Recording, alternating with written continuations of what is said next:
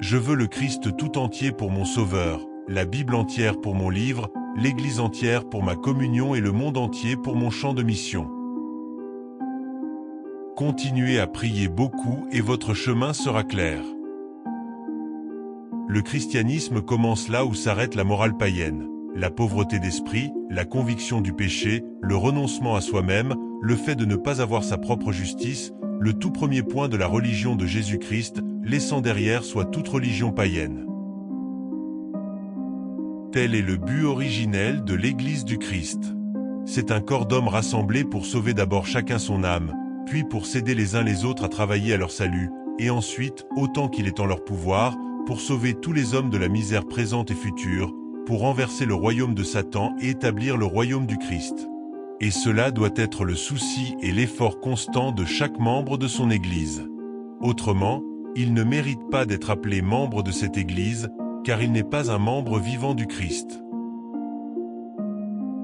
Il n'est pas nécessaire de trancher la question de savoir si ces dons du Saint-Esprit étaient destinés à demeurer dans l'Église à travers tous les âges, et s'ils seront rétablis ou non à l'approche du rétablissement de toutes choses. Mais il est nécessaire de remarquer que même dans l'enfance de l'Église, Dieu les a répartis avec une main avare. Étaient-ils tous alors prophètes? Étaient-ils tous faiseurs de miracles? Avaient-ils tout le don de guérison? Parlaient-ils en langue? Non, en aucune façon. C'est donc dans un but plus excellent que celui-ci qu'ils furent tous remplis du Saint-Esprit. Je réfléchissais beaucoup à ce vain désir qui me poursuivait depuis tant d'années, de me trouver dans la solitude pour être chrétien. J'ai maintenant, me disais-je, assez de solitude. Mais suis-je pour autant plus près d'être chrétien? Non, pas si Jésus-Christ est le modèle du christianisme. Faites tout le bien que vous pouvez, par tous les moyens possibles, de toutes les manières possibles, dans tous les endroits possibles, à tous les moments possibles, à toutes les personnes possibles, aussi longtemps que vous le pouvez. Dieu ne fait rien sans répondre à la prière croyante.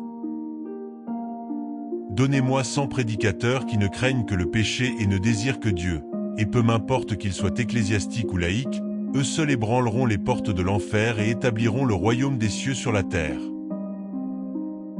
Prenez feu, brûlez pour Dieu et les gens viendront à des kilomètres pour vous voir brûler. La meilleure chose de tout est que Dieu est avec nous.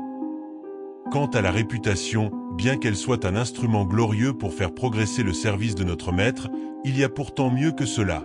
Un cœur pur, un œil simple et une âme remplie de Dieu. Un échange équitable si, par la perte de la réputation, nous pouvons acheter le plus bas degré de pureté de cœur. L'argent ne reste jamais avec moi. Sinon, je me brûlerai. Je m'en débarrasse dès que possible, de peur qu'il ne trouve le chemin de mon cœur.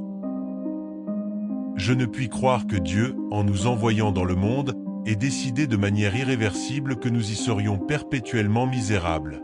Si le fait de prendre la croix implique que nous disons adieu à toute joie et à toute satisfaction, comment cela est-il conciliable avec ce que Salomon affirme expressément de la religion? Ces voies sont des voies de plaisir et tous ces sentiers sont de paix. Quand un homme devient chrétien, il devient travailleur, digne de confiance et prospère. Or, si cet homme, après avoir obtenu tout ce qu'il peut et avoir épargné tout ce qu'il peut, ne donne pas tout ce qu'il peut, j'ai plus d'espoir pour Judas Iscariote que pour cet homme-là. Ce qu'une génération tolère, la génération suivante l'acceptera.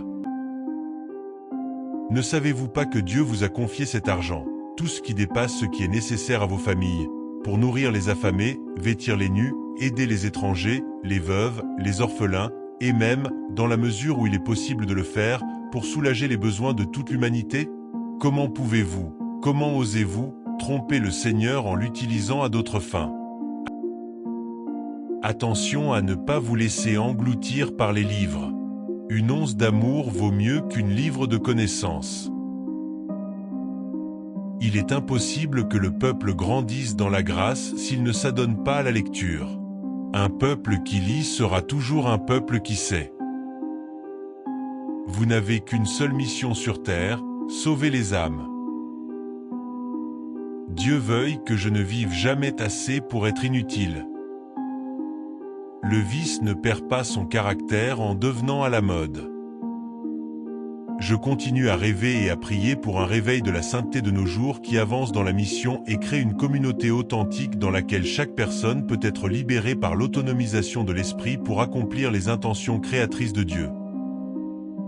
L'action de grâce est inséparable de la véritable prière. Elle lui est presque essentiellement liée. Celui qui prie toujours, dans l'aisance comme dans la douleur, loue sans cesse Dieu pour la prospérité comme pour la plus grande adversité. Il bénit Dieu pour toutes choses, les considère comme venant de lui et les reçoit pour lui, sans rien choisir ni refuser, sans aimer ou détester quoi que ce soit, mais seulement selon que cela est agréable ou désagréable à sa volonté parfaite. Par salut, je n'entends pas seulement, selon la notion vulgaire, la délivrance de l'enfer ou l'entrée au ciel, mais une délivrance actuelle du péché, une restauration de l'âme à sa santé primitive, sa pureté originelle, une récupération de la nature divine, le renouvellement de nos âmes à l'image de Dieu dans la droiture et la vraie sainteté, dans la justice, la miséricorde et la vérité. Je veux savoir une chose, le chemin du ciel, comment atterrir en toute sécurité sur ce rivage heureux.